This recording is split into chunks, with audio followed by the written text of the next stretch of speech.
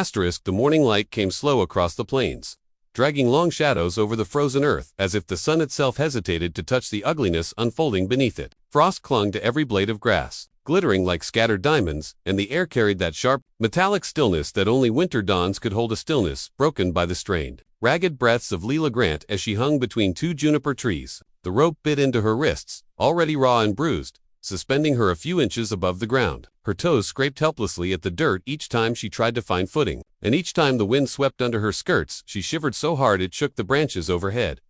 Clay Maddox and his men had dragged her out here before sunrise, their lanterns swinging like wicked eyes as they hauled her from her cabin. She had fought, of course she had. She'd kicked and twisted, tried to break free, tried to scream loud enough for her aunt to hear. But Maddox's men were bigger, hardened by life on the trail, and they had relished every moment of binding her wrists, every insult, every shove toward the horses. She could still hear their laughter echoing in the back of her mind, the way it had followed her even after they dragged her into the trees.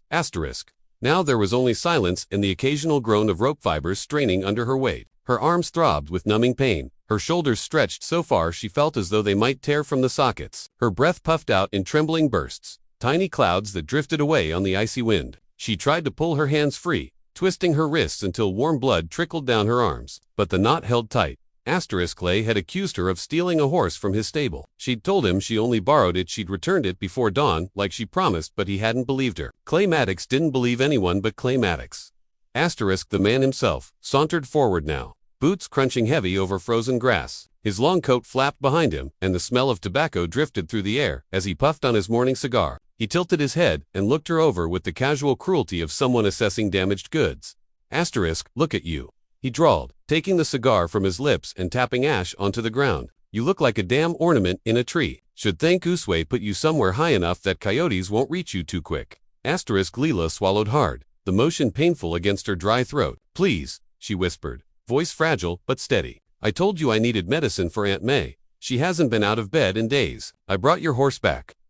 Clay smirked. And you expect me to believe that? I know you're kind. Think you can take what isn't yours and hide behind pretty excuses. He leaned close enough that she could smell the stale whiskey on his breath. But Maddox men don't tolerate thieves.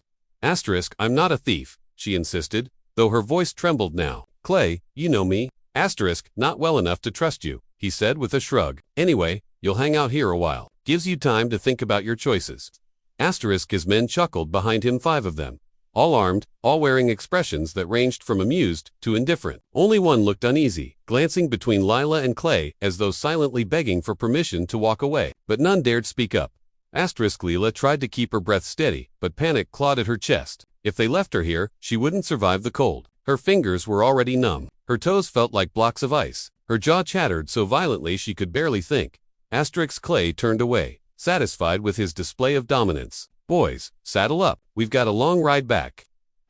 Before he could take another step, a sound drifted over the plains, soft at first, faint enough to be mistaken for a gust of wind. But then it grew louder, more distinct, the rhythmic pounding of hooves hitting hard, cold earth. A fast horse, moving with purpose. Clay paused, brows knitting together. His men turned, scanning the horizon.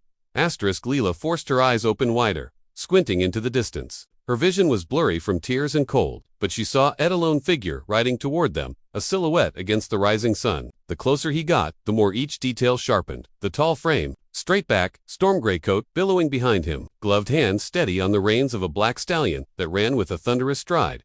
The world narrowed to that rider, Jake Holloway. Her breath caught, a strangled mix of relief and disbelief. Jake never showed up anywhere he wasn't needed at, least not without making someone regret causing trouble.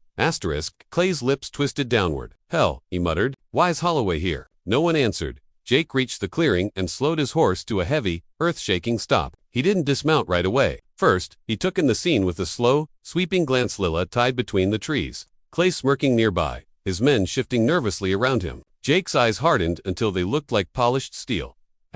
Then he swung out of the saddle, boots landing with a thump that sounded final.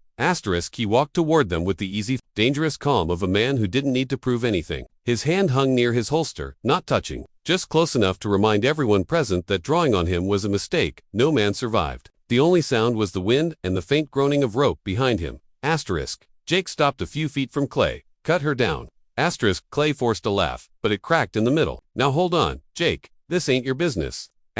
Jake tilted his head slightly, his voice soft but edged with lethal warning. Everything that happens on my land, he gestured to the plains stretching behind him, is my business. She stole my horse, Clay insisted. She borrowed it, Jake said without hesitation, because May's been sick. You knew that. His eyes narrowed. But since you don't like listening, I'll say this another way. He stepped forward until the tip of Clay's boots nearly touched his own. Touch her again. His voice dropped to a growl that felt like the rumble before lightning splits the sky. And die. Silence slammed into the clearing. Clay's men backed up instinctively. Even the horses shifted uneasily, picking up on the tension thickening in the air.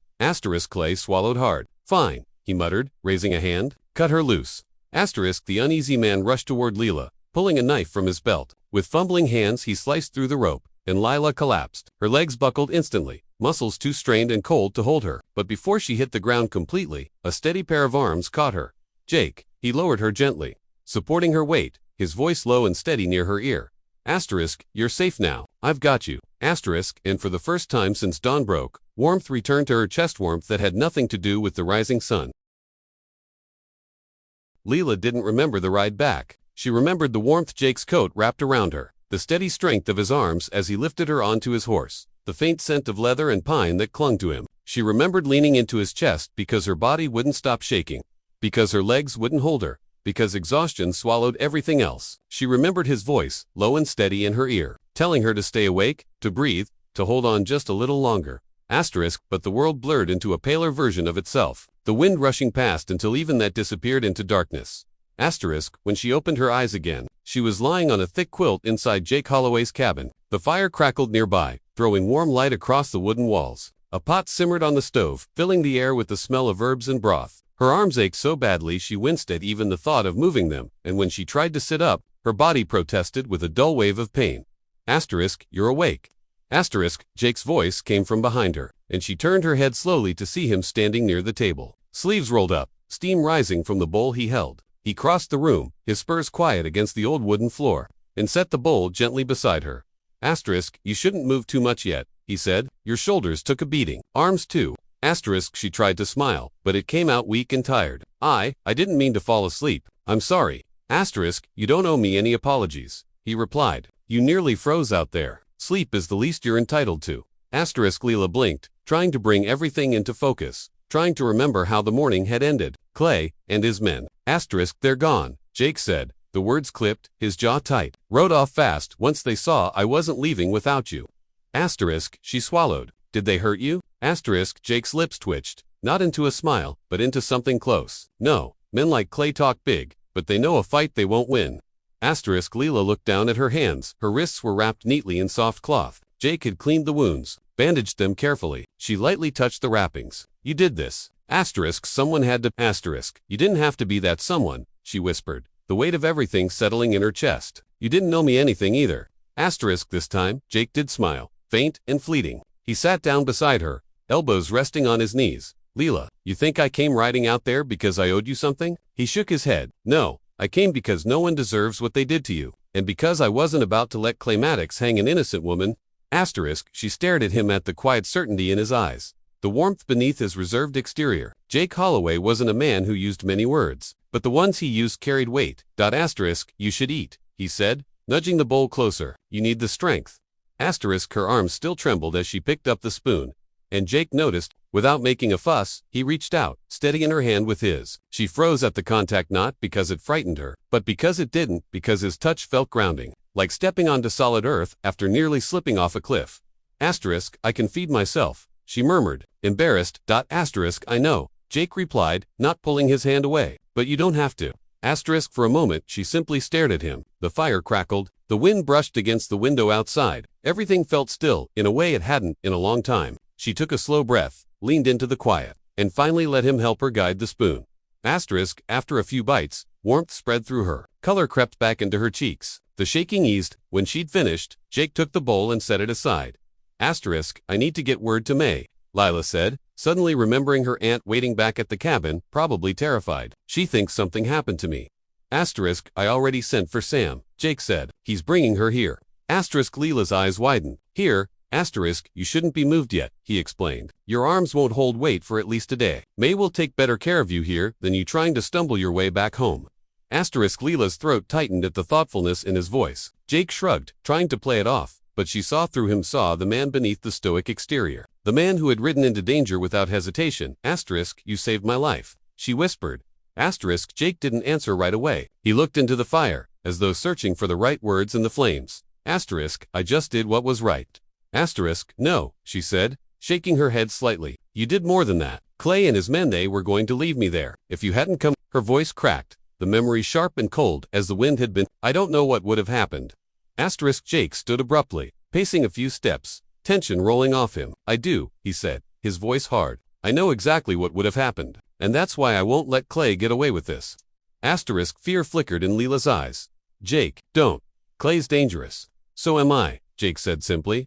Silence stretched between them, heavy but not uncomfortable. Leela watched him, the way his shoulders stayed squared, the way his hand hovered near his belt when he was thinking, the way his jaw clenched when anger simmered beneath the surface. Asterisk, he cared. Deeply, more than he'd ever admit. Asterisk, she shifted slightly on the bed and winced. Jake was beside her instantly. Easy, he murmured, adjusting the pillows behind her. His hands were gentle, surprisingly so for a man with a reputation for breaking horses no one else could tame. Asterisk, Jake, she said softly, catching his wrist before he could pull away. Why did you come? Really? Asterisk, he met her gaze, and for once, there was no guardedness, no walls. Asterisk, because when I heard Clay was out there raising hell. He paused, breath shallow. I hoped to God you weren't part of it. And when I saw you hanging between those trees, his voice faltered. I don't ever want to see you hurt again.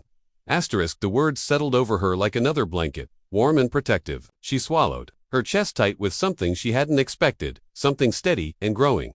Asterisk, before she could speak, hooves sounded outside. Jake straightened, stepping toward the door. Asterisk, that'll be Sam, he said. I'll bring your aunt in. Asterisk, he opened the door, just as the wind swept snow across the porch. May hurried in, wrapped in shawls, eyes brimming with worry. Jake guided her toward the bed, then stepped back to give them space, but not far enough that he couldn't hear Leela's quiet, relieved laugh, or the way May whispered her name like a prayer. Asterisk, and as he stood there, watching the two women cling to each other, Jake realized something he hadn't expected. The fear he'd felt that morning, the rage, the urgency. It wasn't just about justice, asterisk, it was about her, about Leela, and Clay Maddox had just made the biggest mistake of his life.